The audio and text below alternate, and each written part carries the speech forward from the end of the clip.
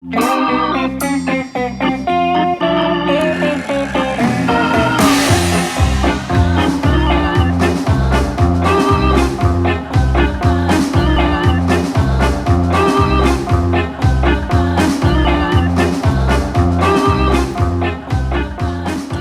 so welcome to another chip race strategy special. We did a video with Barry Carter, my co-author, and T-Boy before on DTO, him playing DTO, and it was very well received. Barry's been working away with me on our next book, which is on GTO in the meantime, and has been getting a lot better at these concepts. So we thought we'd put that to the test and actually look at him playing live against DTO again and see if he's improved or if he just picked up new bad habits. Before we get into that, if you want to sign up for DTO, you can do so. You get a 20% discount if you use the sign up code CHIPRACE, all one word, all capital letters. So without further ado, I'll hand you over to Barry. Thank you, Dara. As you can see, I've played like nearly 5,000 hands. Average GTO is 58%. I've no idea if that's good, but I know it's more than 50%. That seems very good to me, yeah. I have other students who use the app, and that's definitely on the higher side. I mean, I have probably been playing some of the more simple spots. I very rarely go above 30 or 40 big blinds. Yeah, it is. But before we get into whatever you want to get into it is interesting how they keep adding stuff to DTO, and now they have ICM. One thing I've noticed in recent times is ICM seems to be the thing everybody's studying right now at the moment. At least among the crushers, there are some cash crushers I know who are giving tournaments focus now, and pretty much all of their study is revolving around ICM. Yeah. I heard about one guy who basically has spent 10 hours a day for the last 5 months studying ICM and has presumably gotten very good at it. That's basically down to the fact that until not too long ago, there was no post-flop ICM solvers, and now stuff like PO has come on the scene, and DTO have run lots of ICM sims, and now people can actually train that stuff. Screw it. Should we do an ICM sweat then? Let's do an ICM. We do have an incentive for this. Obviously, we've written a little bit about this in the past as well. I actually haven't done much ICM on DTO, sorry. So let's have some fun with this. So I'm picked ICM. I think I'd like to do a relatively deep spot because otherwise it's just going to be shut a lot of the time or check down. So let's go 40 big blinds. Okay, button versus big blind is the only option we've got. Actually, that's still going to be quite shallow. Let's have a look at what 30 big blinds give us. Low jack versus big blind single raise pot. That seems like a pretty good one to do. What was wrong with 40 again? It was 3-bet. Oh no, it was 40. It was 40. It was a 3-bet pot. So it looked like 40 big blinds, it was actually going to be a. See if we have anything at 50, just as a matter of interest. You can't get 50. Oh, you can't get 50. It's not there. Yeah. Okay. Yeah, the single raise pots are definitely the most interesting. I did a session last night with a student, Pauline, a poker bunny, on ICM, and the thing, and it was all on pre-flop, and the thing that really blew us away was like how much the players who you have behind you affects your range. Like, it's not the case of it's fold around to me on the button, I have 18 big blinds, this is my range. It's I'm fold around, this is my range if only one of the players covers me, but this is the range if both players cover me, and different range again if they both cover me comfortably or it's close, etc., etc. All the pre-flop stuff is just really complicated, and then the post-flop stuff even more so. This is actually a terrible one to pick then, because everybody's got 30 big blinds in this example, which kind of somewhat cancels each other out. Let me just double check. It actually makes the ICM fairly extreme on everybody then. So it's still interesting. Like anybody who's read our book on ICM will know the concept of bubble factor, but it's never the case that you just have to think about your own bubble factor. It's always what your bubble factor is and what the other person's bubble factor is. And if the other guy covers you by a lot, or you cover them by a lot, their bubble factor will be quite low. And then you end up with results that are fairly close to chip EV. But if the stacks are close together, ICM is actually extreme on both players, and that's when you get the biggest divergence. So I think, yeah, this is interesting, even though as you said, it's a little bit artificial. So the payout structure is pretty standard. I don't think we need to say anything extra about that, except it's a final table, clearly. The big blind range, this is a pretty typical capped defending range, right? So we defend quite wide. I think a lot of people would be surprised how wide this is given the ICM of the situation. Most of our suited Broadway gets called here. Most of the suited connecting cards get called. The only thing we don't really have in the range much is the big premium hands. We have the queens. Yeah, well, there's a couple of interesting things about that. First of all, just look at how narrow the value 3-bet range is. Like, we are not 3-betting ace queen suited. No, we're not even 3-betting queens all the time. We're not 3-betting jacks. So it's an incredibly flatty range where really we have very, very few hands that are strong enough to 3-bet get in. It's pretty much the top left of that grid. That's pretty much it. Because of that, that means we can't have too many 3-bet folds either. Mm-hmm. So we'll have very few 3-bet folds, and therefore we end up with this range which is just lots and lots of flats, and it's very heavily oriented towards the suited stuff.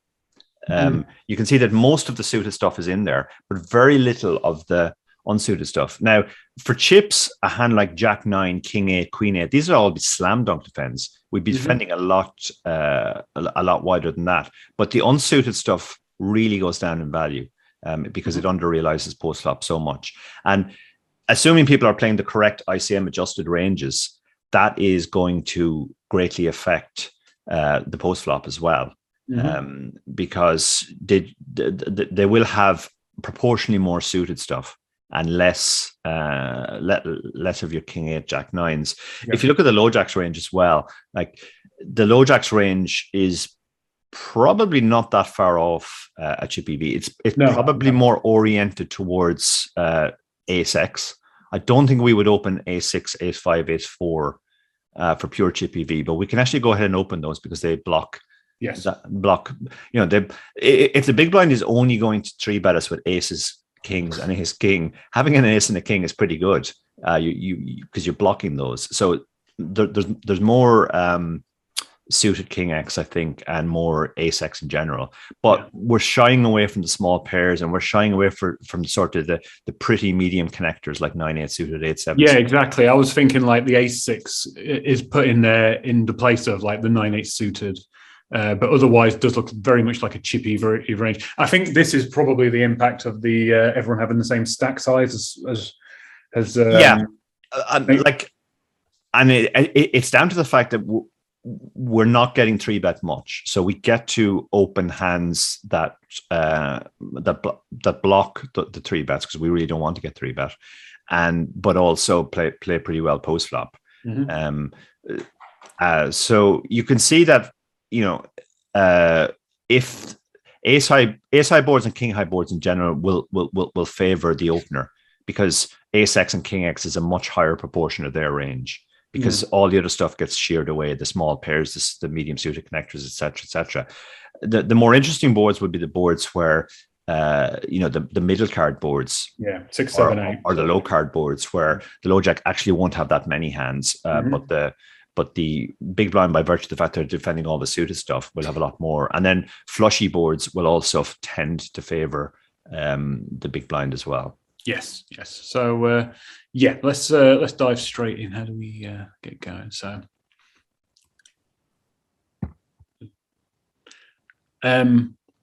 right. So this is an interesting start already. We have top pair. We've got a draw here and two middling cards, which I think would probably favour the big blind a little bit more than myself, but the top pair favours us. If this was we've got a bit of a kicker problem here. I wouldn't be betting big with this hand typically. In fact, this would possibly be one of the hands I'd be considering to put in a check back range. We've got a backdoor draw. Could bet big because it's quite a dynamic board. This is really tricky, actually. This is right. Okay, let me put out my thoughts. This is a very dynamic board. I benefit from folds, even with my top pair. And this guy's so okay. I think I'm talking myself into actually I'm gonna go in the middle then. I thought this might be good for a check back because we've got a weak kicker, and so we want something. We want some queens in our check back range, but at the same time, this is a dynamic board where I want them to be bet big. So I kind of think I'm just going to go in the middle and put a small bet out there. Okay. This is a pretty good card for me. Obviously, I've got more of the aces. He's got lots of 4-5 suited, King 10 suited stuff. He's kind of, I think he's weighted towards suited hands, weak top pairs. I think this is a good hand for me to put a bigger bet in on now. It's polarized. Let's just see what happens. Okay, what do you think of that one, Dara? It looks like you played it perfectly. Yeah, very well done. You identified a couple of things there. On the flop, you noticed that he had, the 7 and 6 to favor him. We also spoke a little bit before about how he will have more flush draws.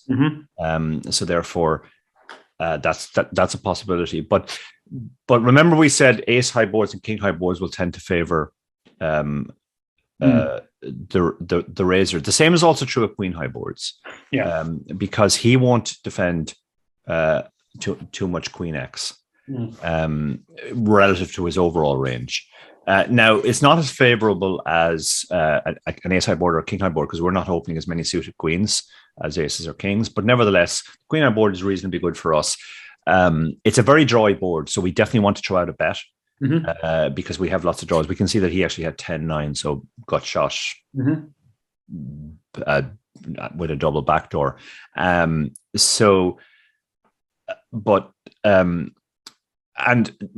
we spoke about this in the ICM book, and when we eventually get around to writing our post-flop ICM, we'll go into this in a lot more detail. But one thing which happens in these spots, these extreme ICM spots, and this is an extreme ICM spots because the stacks are level and it's 6 left, is that bet sizes tend to go down. Yes.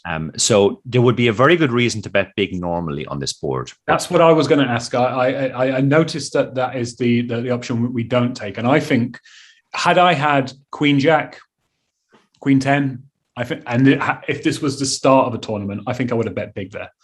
Yeah, exactly. And I think that would be completely correct. But it's interesting to see that it actually checking is also fine on this board. You kind of went backwards and forwards in checking, and checking is a fine option too. For that reason. Now on the turn, I was really impressed because you Barry a year ago would have gone, oh shit, the ace has come. Now I don't have to play there anymore. I'm just going to check. But you instantly recognize this is a much better card for your range. A lot of his ace X just gives up on the flop if it doesn't have anything else. Whereas you're going to fire a lot of your ace X. So that was very good recognition. Also recognizing that the size should go up because it's such a good card for you. And a lot of his range after the check call are these type of hands that are either strong draws or backdoors that can turn into something. And very few of those have been improved by this. So it is a good spot to apply pressure and put the bigger bet in. It is interesting to know too. I think the smaller bet is fine as well. And actually the check is fine. The only mistake you can really make here is all in. Yeah. All of those options are fine, but I actually like the big bet on this because it puts the maximum amount of pressure and gets the most folds. Do you think the small bet would have been okay if this had been a non-ICM situation? It feels like it wouldn't be okay if this was a non-ICM situation. No, it wouldn't be okay. I definitely think it wouldn't be okay. I think you would. I suspect in non-ICM world we would either bet big or we would check and bluff catch river. But the small bet wouldn't seem to achieve much. Typically in non-ICM world, we use a small bet as an advanced blocker. So it would make more sense with, say, a weak ace where we want to just charge the draws a bit more and then check behind on the river if we get called. But in ICM world, that doesn't make as much sense. Cool. Right, next hand. I'm the big blind this time. Right, I actually have defended with a good hand this time. Again, we have a very similar board to last time in that the overcard really favours the low jack. The two middling cards really favour myself. I have a gut shot. My ace high is gonna have some decent showdown value.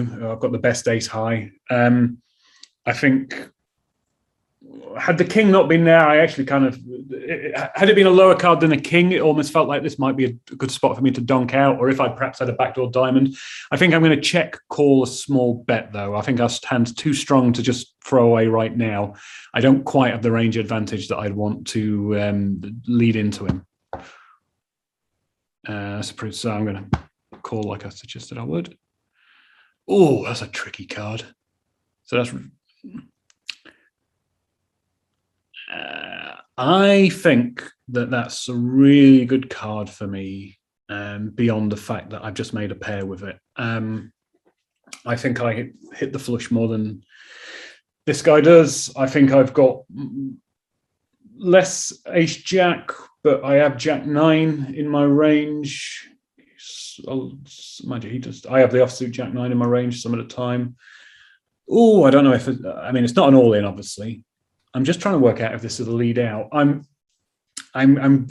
still, my instinct is to still bluff catch, but I recognize that this is a much better card for me than just the top pair. And that's a bit of a blank. I guess now we are just bluff catching. A king beats us, so betting's pretty pointless, but it's too strong a hand to just give up. So I'm gonna. There we go. Thoughts? Okay, this is you got the good evaluation there. Okay, so on the flop, yeah, I can't imagine we have any leads, so the check seems completely standard, and you can see DTO is checking 100%, and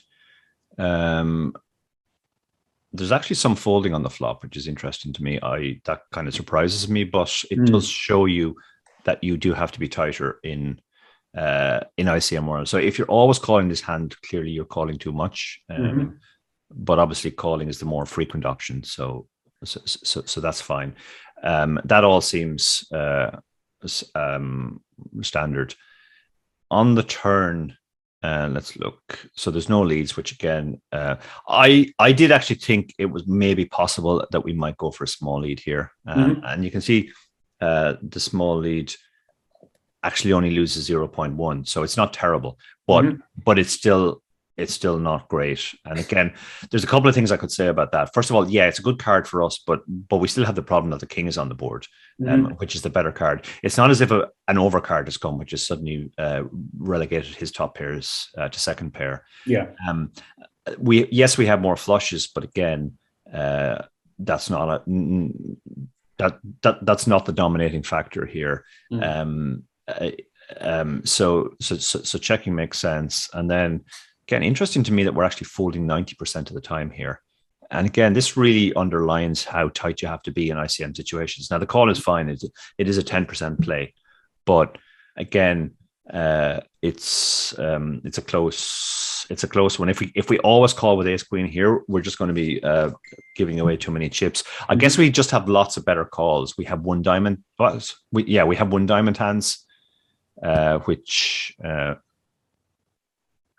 yeah, these are our calls in this spot. Yeah. So if you look at, say, look at the ace 10. Can you hover over ace 10? Ace 10 off. Yeah. Yeah, look at it. Look, like we have all the ace of diamonds. We have ace 10 of diamonds. Ace 10 with the ace of diamonds makes a much better call. We'll have other hands, like I guess, like queen jack off with the diamond as well. If you hover over queen jack briefly. Oh, well. Ace queen is the same, yeah, as ace 10.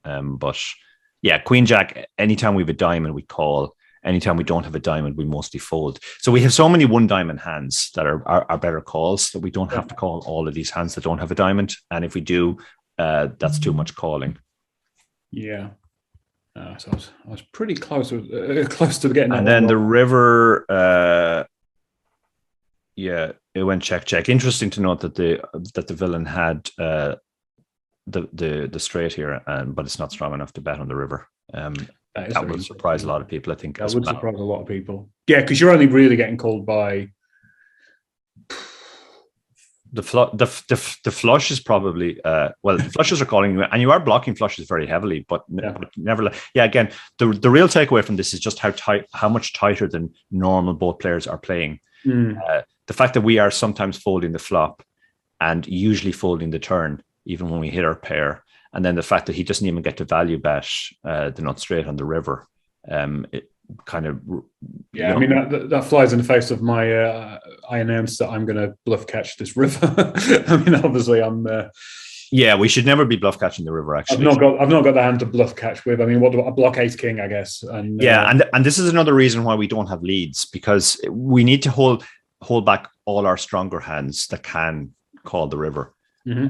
That can check call the river, and we do far less bluff catching, because remember, even in a chip EV world, bluff catching tends to be break even, or if you have good blockers, slightly better than break even. But in ICM world, you need more than break even.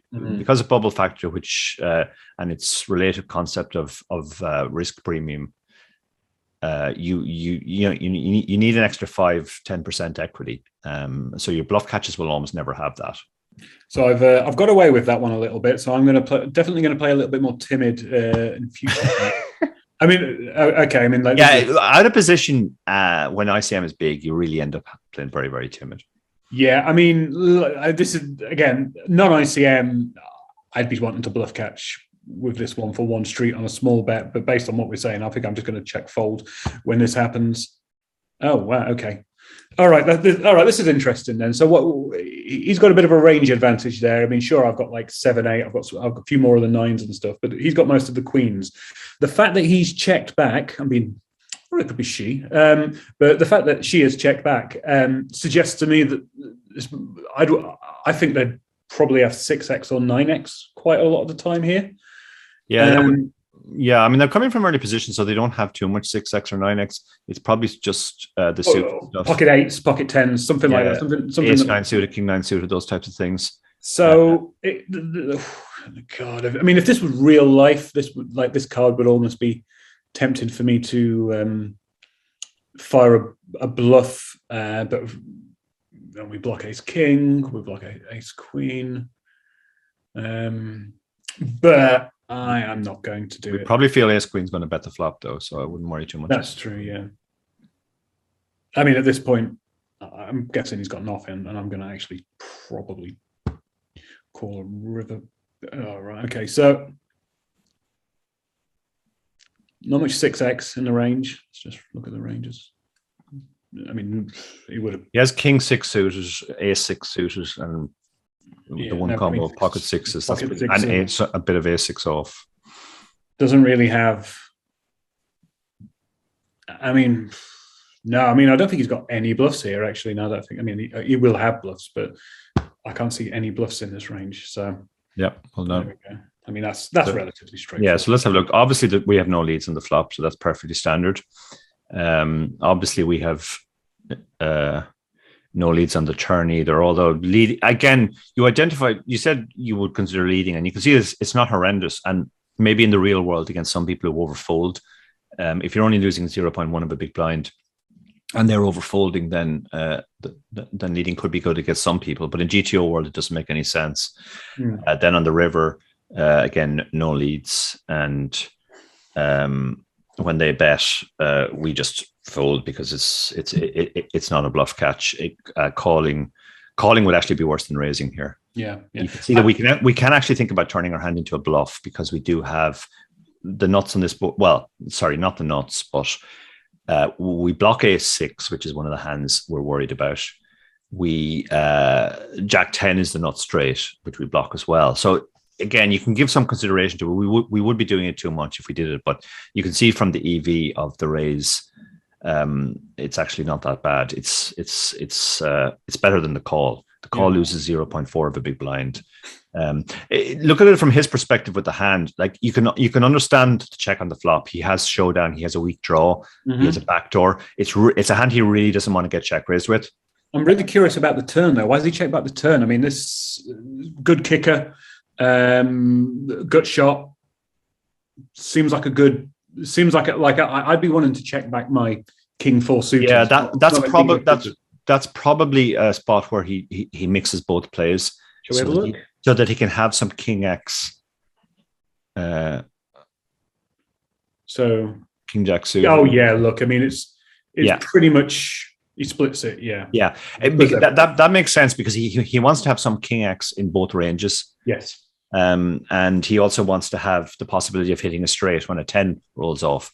So in both ranges. So if he always bets this hand or always checks this hand, then when he does the other action, he opens himself up in the river to exploitation. So that's why it's mixing there. Cool. We continue. Okay. Well, I'm obviously not leading out here. I'm the big blind. This suited connected board probably favors me much more. If I ever led out with it, though, I've got big kicker problems. I think I'm only getting called by better queens and high equity drawing sort of hands. This feels like currently just a check it down as cheaply as possible kind of hand. So that's what I'm going to currently do. That's a terrible card. I've probably got more Jack X in my range than my opponent does. But again, it's top pair, but I really think this is just to get the hand to showdown as cheaply as possible. And now, even more so now. Okay. Awesome. Interesting to see where the point of divergence here is.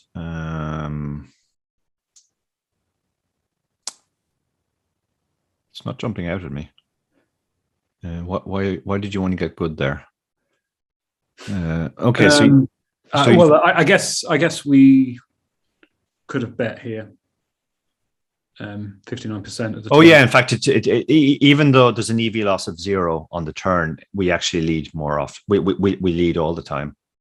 Yeah, I guess because there's a lot of hands that call us on the turn, right? Oh no, sorry, I'm looking at the frequency wrong. Yeah, no, I mean, yeah, this evaluation is a bit weird because the check is fine; it's done 41% of the time, and the bet is just done a little bit more frequently. Yeah, I mean, the flop is perfectly standard. You know, we just don't have any leads on this board. There's no reason to lead this board. Even more so with ICM. Typically, big blind leads without ICM tend to be on low card boards where there are straights possible, and we have all the straights. You know, this is not a low card board, and that doesn't apply. But with ICM, it becomes even more the case. You know, recurring theme here is you just play way more passively with ICM out of position. So the check is completely standard. The call is completely standard as well. We obviously have top pair. We're never folding that. Then on the turn, yeah, DTO is mixing between leads. And again, I mean, you actually got this when you talked through the hand. You said, well, actually, I have more jacks in my range. So this is even though it's a bad card for my hand, it's a decent card for my range. And that's why DTO is actually leading out there. And you can, yeah. And then on the river, the check is the only play. Looking at it from his perspective, the ace-8 flops, bad bottom pair. It bets small, really, just to kind of fold that equity. Yeah. Then when it gets called, it just doesn't like its hand very much at all, and it basically goes into exactly the same mode as you went in, which is let's get to showdown and hope we win. Yeah. There's a lot of that with ICM.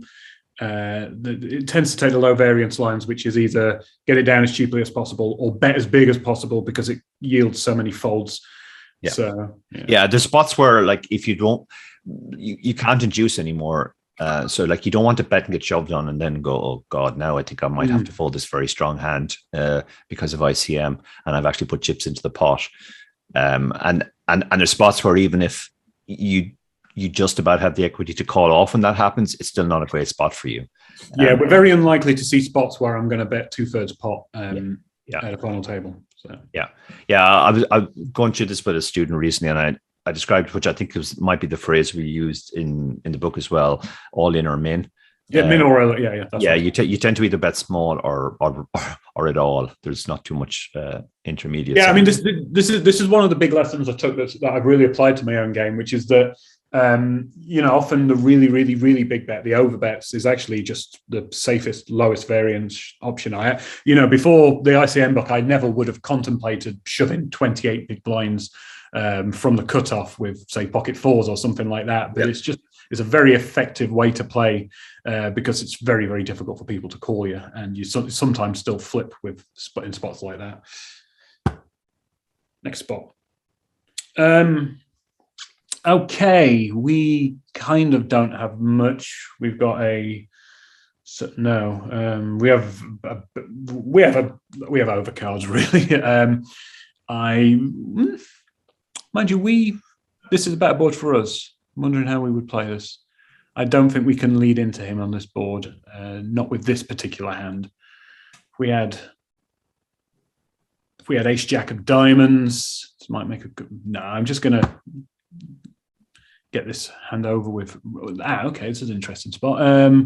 No, I don't think the gut shot gives us much, and the queen probably helps him more. If we were deeper, and if this was maybe a non-ICM spot, and maybe if I had Ace Jack of Diamonds or something like that, maybe I could justify a double backdoor tricky sort of play, but I'm just going to try and get this to showdown. Again, these are all cards that favor me, but I just don't think this is the hand to make a move with when we've got some showdown value. DTO agrees. Nailed it. You're good at this ICM stuff, Barry. Very, very impressive how far your thinking has moved along from a year or two ago. You're nailing a couple of things. You're nailing the whole range versus range. That's how you're approaching all of your analysis, not just, this gives me a gut shot, brilliant, let's start betting. And you've kind of internalized the effect of the ICM, which is to pushing you towards playing more passively. You can see that there actually is a small amount of leading on this board, and that's for exactly the reason that you said. This is a board where we have the range advantage. They just don't have as much 10x, 6x, or 4x in their range. And also flush draw is possible as well. So and we have lots of gut shots too. So we have lots of hands that we could think about betting. Now, the Ace Jack, it's got 2 overs. I think we probably have hands we would bet more frequently. But this is my thinking. I was just thinking there was better hands in my range to bluff with. Like for a start, if the ace was the spade instead of the jack, I think that would have made this an easier lead. Just look at that in general. So this is the betting range. So yeah, you can see that there's actually nothing with the highest frequency bets are the gut shots, which kind of makes sense because they don't have a ton of showdown, but they can make something very strong on the river. Then guessing some of the other the 10x as well. The 10x kind of benefits from protection. And would like to take the pot down now as well. So yeah, we have better, and then obviously the over pairs too, the queens and the jacks that we have, and the set that wants to start putting money in right now. So we definitely have hands in our range that make sense to bet for combination of value and equity denial. And then we have lots of natural bluffs, but we're actually picking mostly the weakest hands, the 9-8s, the 8-7s. 8-7's an interesting one actually because it's double gutted. The Ace Jack works fine as a very occasional bluff, but we have lots of better ones. Yeah, cool. Sorry, did we look at the turn and river? Sorry. So on the turn, you identify the turn is not a great card for us at all, for our range, even though we pick up the gut shot. So checking makes perfect sense. And then on the river, again, we're very much in sort of get to showdown mode. So we just check. Opponent had the same hand, incidentally. So. Oh, I didn't even notice that. That's interesting that they also kind of put the brakes on, even though they picked up a gut shot. Right. Now we have an interesting spot because this is one of those. If this was chip EV, I'd be doing some funky stuff right now. We've got top pair, double backdoor, right? We got backdoor diamonds. We can get 6-7 to make a straight. He doesn't have much of this at all. If this was chip EV, I think this is a good hand to lead out with. Get called by some high cards, or bluff catch with. Is this a good enough spot in the ICM world, though? That's the question. If he bets, he's going to... Okay, my official line is, I think I'm going to bet call this. And if it was chip EV, I think I sometimes would lead. You mean check call, not bet call? Sorry, check call. That's right. That's right.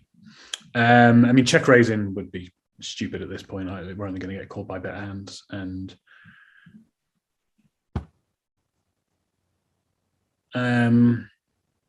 it's a pretty good card for us, obviously. I don't see any value in leading out, though, even though it's a good card for us. I think we're only going to fold out the maybe we do want to fold out the king high stuff. No, I'm going to go with my instinct. Nope. We've lost a lot of our draw equity, all of the draw equity there. 8-9 of diamonds. We unblock his bluffs as well. Okay, I'm leveling myself here, so I am going to go with my instinct because I'm going to learn the most that way. Oh, that's a good card for us, sort of. Mind you, what have we pulled ahead of? We've only pulled ahead of like ace-8 or something like that. That hasn't changed anything really. If he has overpairs, which he won't because he didn't do much betting, I'm struggling to see what he'd call me with that I mean, this looks like a good hand, but I'm struggling to see what he'd call me with that I beat at this stage. If he has an overpair, he's beating us because of the 5s on the board. He's just hit his flush if he's get that. I don't know what to do with this hand. I think I'm just going to try. This isn't as strong a hand as it might first appear. I'm just going to try and get this down cheaply. Oh wow! Come on, DTO, don't do this to me. Come on, check. Oh, this is the new practice mode, right? It's okay. This is okay. DTO has just added a practice mode, and obviously because I was crushing it prior to this, I never had to use it. Where you can, it lets you carry on if you get the move wrong. Sorry. So there we go. So all right, my first. Okay, so it still says I was excellent, but yeah. Okay. Yeah. So let's talk about it. Let's talk it through from. You can see as you identified, good board for you. So there could be some leading, and leading would be fine. It's a 10% play, but I think if the board was something like 8-5-4, there'd be more leading. But there are no actual straights possible on this board. Just lots of straight draws, flush draws, etc., etc. So I do expect to be less leading. Facing the bet, as you correctly identified, if we raise, we're really only getting action from better hands. We're going to hate getting 3-bet, so check call seems perfectly standard, and it is the 100% play. And again, on the turn, again, you did say, well, this is actually a good card for us. We have more 5x. So again, we can't just go crazy every time we hit a good card. With all of our hands, and this hand with its showdown also makes a very good check, and that's actually the more frequent play. And then on the river, the river is interesting because I think you were worried about some hands he just doesn't have, like overpairs. If you can you click on his range on the river? Yeah. So like he just. Okay, this is what he'd call with if I put the bet out and he didn't. Yeah, okay. Well, I guess he does have the overpairs, but he has some of them, but not all that frequently. Actually, we're targeting the 9x, aren't we? Of course, yeah. This is like a lot of much 9x. Yeah, that's kind of what we're targeting mostly. obviously it's not good for us when he calls it the over pairs, but he has a lot of 9x there, and that can definitely call our bet. And if we check, what's his betting range? Okay, so if we, sorry, we don't. Actually, we don't know. It wouldn't allow us to. Yeah, we don't know. Yeah, but I suspect he'll check back a lot of hands that he would call with, and that's why the small bet is better. It kind of functions in a couple of ways. It's a blocker. Like a bet, yeah. It's a blocker bet, but it can actually get called by worse, mostly the 9x. Again, just click on his calling range when we bet. Yeah, so like as you said, like he has ace 8 and king 8, which can call as well. Okay, just the king 8 suited, and actually 7s and 6s are calling too because they block straights. So when you drill down on it, there's a decent amount of stuff that he's supposed to call with, which we're actually in very good shape against. And yeah, cool. Okay. Right. Once again, really good board for us. Is this the hand to lead out with, though? No, this is tremendously similar to the Ace Jack hand, actually. Like, I bet this is possibly a occasional lead. Screw it. Let's go occasional lead. We can make runner spades, and we can make king 10 or 8-10. Okay, I'm going occasional lead. There we go. Now we're cooking.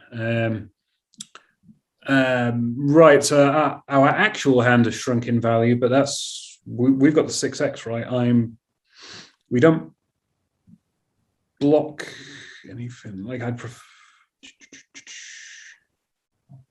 Okay, I think that just this is a range bet at this point because he has so few 6s in his range.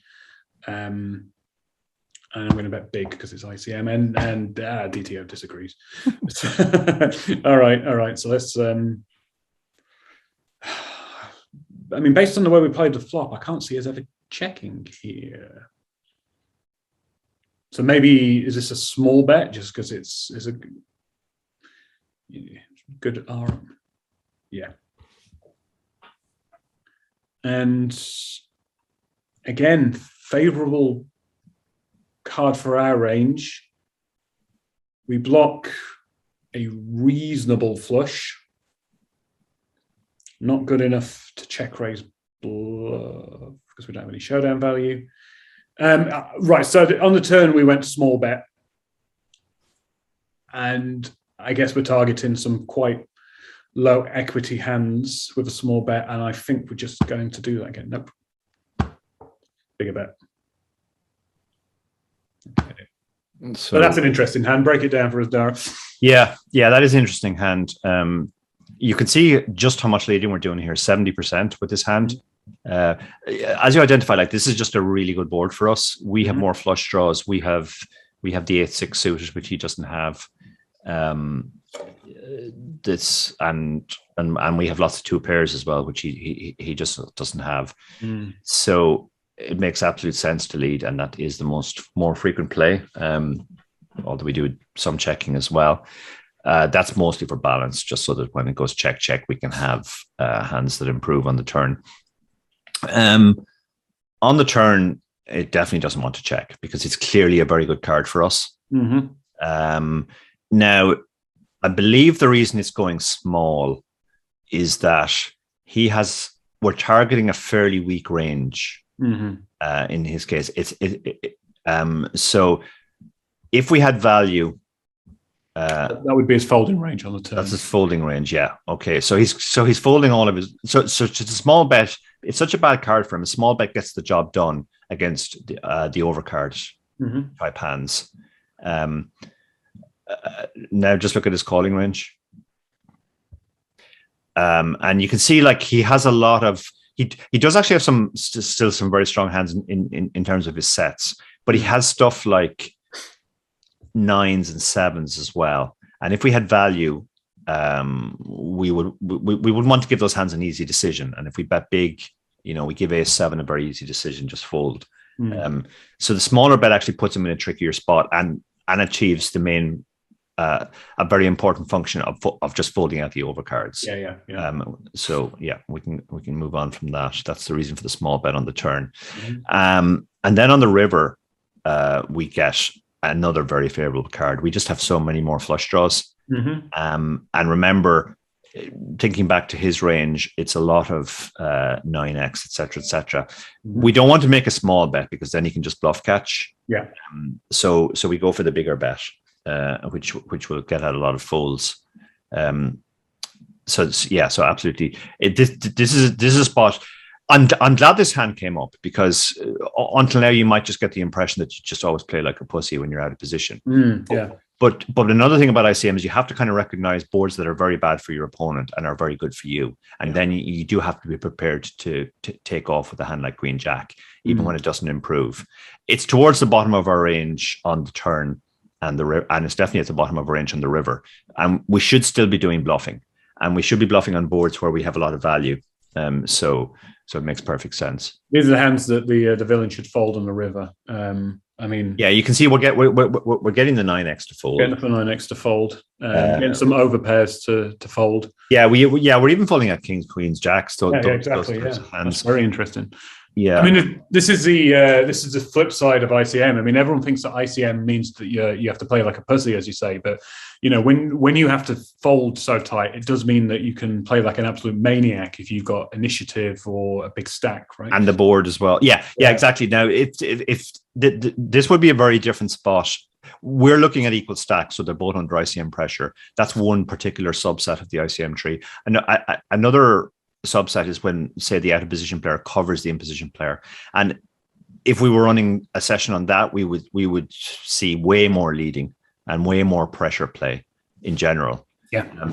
And similarly, if the out of position player was covered, we'd be seeing even more pussy play, for want of a better term. By virtue of the fact being covered. This is a sort of a mutually assured destruction where neither player really wants to get all in. And that's what's functioning. That in other spots you have situations where one of the player doesn't want to get all in and the other really doesn't mind too much. And those situations play very differently. Let's do one or possibly two more if the first one's quick. Right, okay, this is this time we're in position. This time we're in position. We have got range advantage this time, right? Because this guy's got a little bit more 8x, a little bit more 4x, but this is a pretty dry board. We've got overcards. We've got a backdoor flush draw and a backdoor straight draw back to the nuts. This is not a particularly dynamic board, so I think this is a small bet. That's a better card for their range, but it's a very good card for us.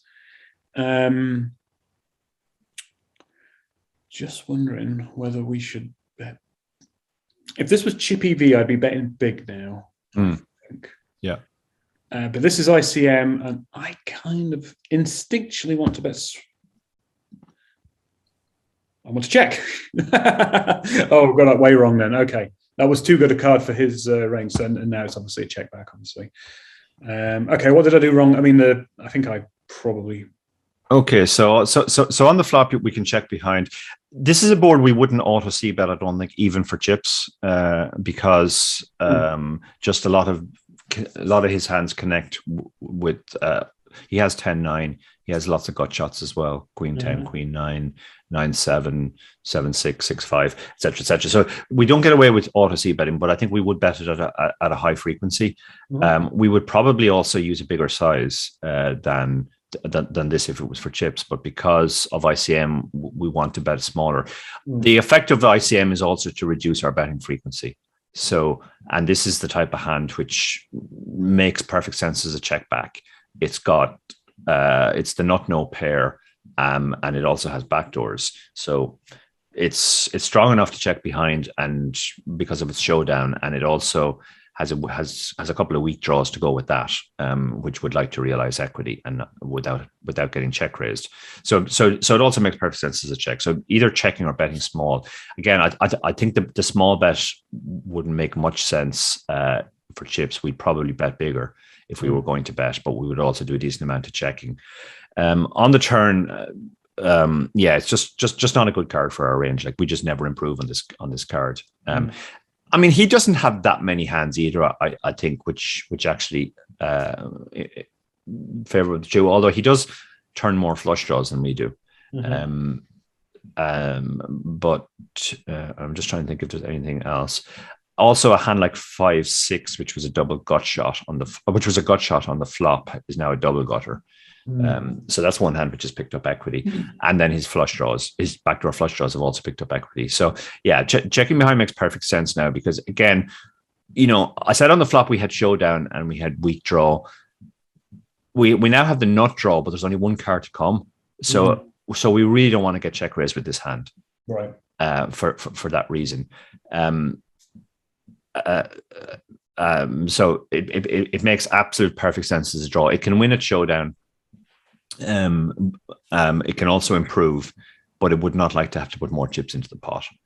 And face a big check raise, and it certainly wouldn't like to bet fold. So makes perfect sense as a check on the turn. The river, again, just not a good card for us. Like, what would we even be representing if we bet? And this hand makes no sense. Just looking at it quickly from his perspective, he does have one of those gut shot hands we talked about on the flop. So this is one of the hands we actually get value from when we bet. He doesn't improve on the turn. Little bit surprised he doesn't lead the river, I have to say. But as I said, like, the twos, while they definitely don't favor us, they don't really improve his hands too much either. It's almost a case of brick is the run out. These are the hands he would bet on the river. Okay, so he has he has quite a lot of bets. I mean, Queen 9 seems like he does bet Queen 9 some of the time. Some of the time, okay, no, that makes sense. That makes sense to him. He can't do it all the time, because then he'll just have too many bluffs, because he doesn't have a ton of value. Like, his only hands that have improved are 4-2 suited and pocket twos, which is one combo. So most of his river bets are. Let's look at this: the 8x and the Jack X, which is going for value, but he has to hold back some check calls as well, obviously. And then in terms of bluffs, like, we have better bluffs. Like 7-5 has less showdown than Queen 9. 7-6, they're bet at a higher frequency. But it makes sense to me that it would be bet sometimes. Let's do one more hand to get myself out of the hole. Okay. Great card for the big blind. Great flop for the big blind. Some quite good backdoor equity for me. My actual hand, I've got the backdoor diamonds, backdoor straight. I do have some 10x. But I think this probably is a check back, because it's such a good board for the big blind. Right, so we don't like the spade, obviously, because the big blind has got more of those. But the ace is obviously a good card for us. Generally speaking, this is what I've learned in when there's a monotone board, we tend to bet small. I kind of feel like this is a good spot to bluff, and we could get lucky with a jack on the river for the times that they do have a 10x or an ace-x or something like that. I'm going to go small. That seems relatively straightforward. We do bet some of the time there on the flop. We bet some of the time, yeah. We also bet some of the time on the flop, which is quite interesting to me. A little bit surprising, but we do have the backdoors, I guess. Backdoor diamonds, backdoor straight draw. Yeah. Jack 9. I mean, again, in chip EV land, this is probably a more frequent bet on the flop, right? Because of the backdoors that we've got on the overcards as well. Yeah, for sure. We can definitely get better hands to fold as well, and we kind of set up a situation where we can We can set up double and triple barrels as well. These double backdoor hands tend to make very good potential triple barrel bluffs, because we can turn equity where we continue to bluff, and then we can find ourselves at the bottom of our range in the river when we miss. But we can also hit runner, which is the point we get berated for being a fish.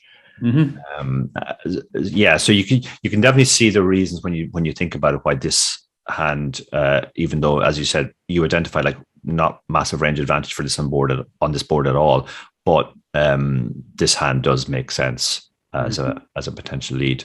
Potential bet rather than check. But checking is obviously fine as well. And then on the turn, we are very much leveraging the fact here that we have more ace-x. And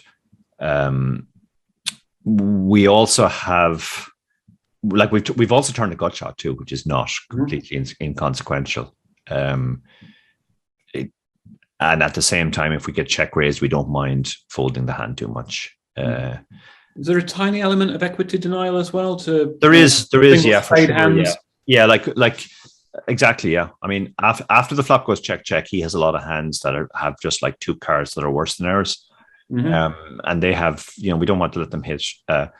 He can also have one spade hands, although I'm not sure he's going to fold too many one spade hands. No, he's not got many, yeah. But yeah, he can.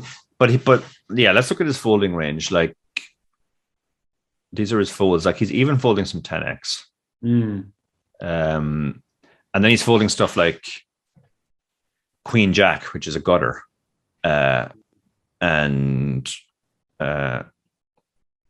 even folding queens. Wow, queens and jacks are folding as well. So we're actually folding a lot of better hands. Just sort of going, well, this is a very good card for us, the ace specifically. Yeah, it makes sense. Cool. I think we'll leave it at that. I don't know. Great. So, from your point of view, what do you think were the major takeaways there? I'll tell you what my biggest leak is right now, and I think you'll completely agree with me. My biggest leak at the moment is definitely a working memory issue of remembering certain hands in the range. If you remember back, there was a spot where I didn't want to bet with the 8-9, which was the top two pair, when if I had been able to spin enough plates to remember that there was plenty of 9x and even some medium pairs that would have called. That's definitely the thing I struggle with the most. I'm pretty good at working out when I've got range advantage or not in a spot, but as the streets progress and the ranges get more polarized, it's a working memory issue for me to remember some of the hands that are unlikely to be in a range or likely to still be in a range. What would you say I also need to work on? Yeah, I think that's true. Yeah,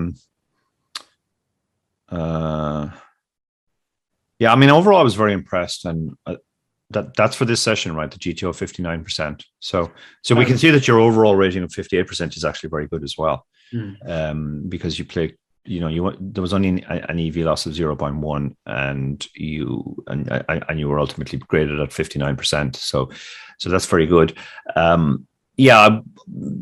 The big takeaway before you do that, can you explain to me why? Can you explain the EV loss to me right now? Because this person is the top of the leaderboard and they have an EV loss, and I'm not expecting to see any loss in the 78% guys. What can you explain what this means? Because this is new. Yeah, well, it means when they do make a mistake, 22%. Every time you make a mistake, there generally is EV loss. So there's probably rounding there, to be honest. Like 0.01 is probably anything between 0.01 and 0.09. Because it can't.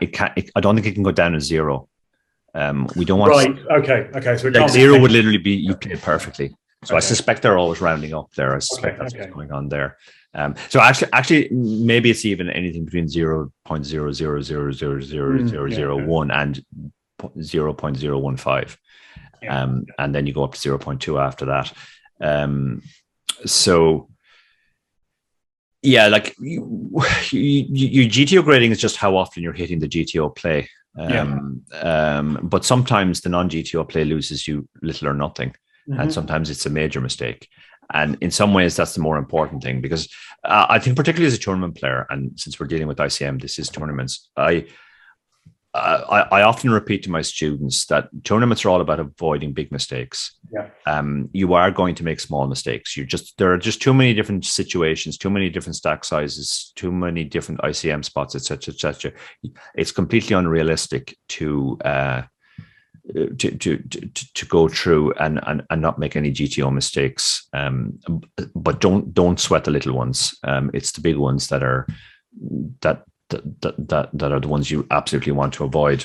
Mm-hmm. I mean, the major takeaway for me is how much your thinking has progressed now from when we started doing these sessions, where now you're actually very, very good at thinking range versus range rather than just your hand, and then using that to identify range advantage. And also, I think on the ICM stuff, you're very good as well. You're identifying spots where you're saying, yeah, for chips, I think this is a bet or a big bet, but I don't think I'm doing that because of ICM. So you have internalized a lot of that stuff very well. And to be honest, I think your leaks are fairly minor now at this point. But obviously, and that tends to be the way when you improve, you can get from 0 to 90 generally fairly quick, and then getting from 90 to 100, that's maybe going to take you 10 times longer. Mm-hmm. And in fact, we probably never get to 100, but the gains become more marginal at that point. But you've certainly been transformed from a total fish, mm-hmm. Thinking just I have this hand, to actually now very sophisticated level of thought, range versus range, and also taking ICM into account. Mm-hmm. Oh, excellent. So it's a real testament to a tool like DTO, where you learn by repetition. And when you do make a mistake, you can kind of look at the ranges and try and figure out, oh yeah, that makes sense, because he had, I think the 9-8 was an aha moment for when you looked at his range and you saw just how much 9x he had, and you thought, oh yeah, those are the hands I'm targeting when I bet. Yeah. And that's the way we learn. Mm-hmm. Excellent. Well, maybe we'll do a third one of these with when there's like a really, really big stack at a table rather than equal stack. Yeah, I'm actually excited by the addition of ICM to this. I think that is going to be the next big breakthrough area for people in their play. Mm-hmm. Just getting very, very good at these ICM spots. And as the ICM guy, I'm kind of really excited that ICM is back in fashion again, and people are recognizing its importance. We'll give a plug for our book, Poker Endgame Strategy, the very first Endgame Poker Strategy. Endgame Poker Strategy. I can never remember. You reorder those words. You get the big name on the front of the cover. You should know the name of the book. Yeah. But yeah, very first book to look at post-flop ICM. And we hope to follow it up with a bigger look at in the future. But I think that is an area where people are going to make big gains, learning and skill gains, and it's something that's well worth devoting a lot of your time to studying, and DTO is a great tool for that. And again, if you want to sign up, Chip Race, all capitals, one word, 20% discount. Thank you, Dara. Cheers. Thanks, Barry.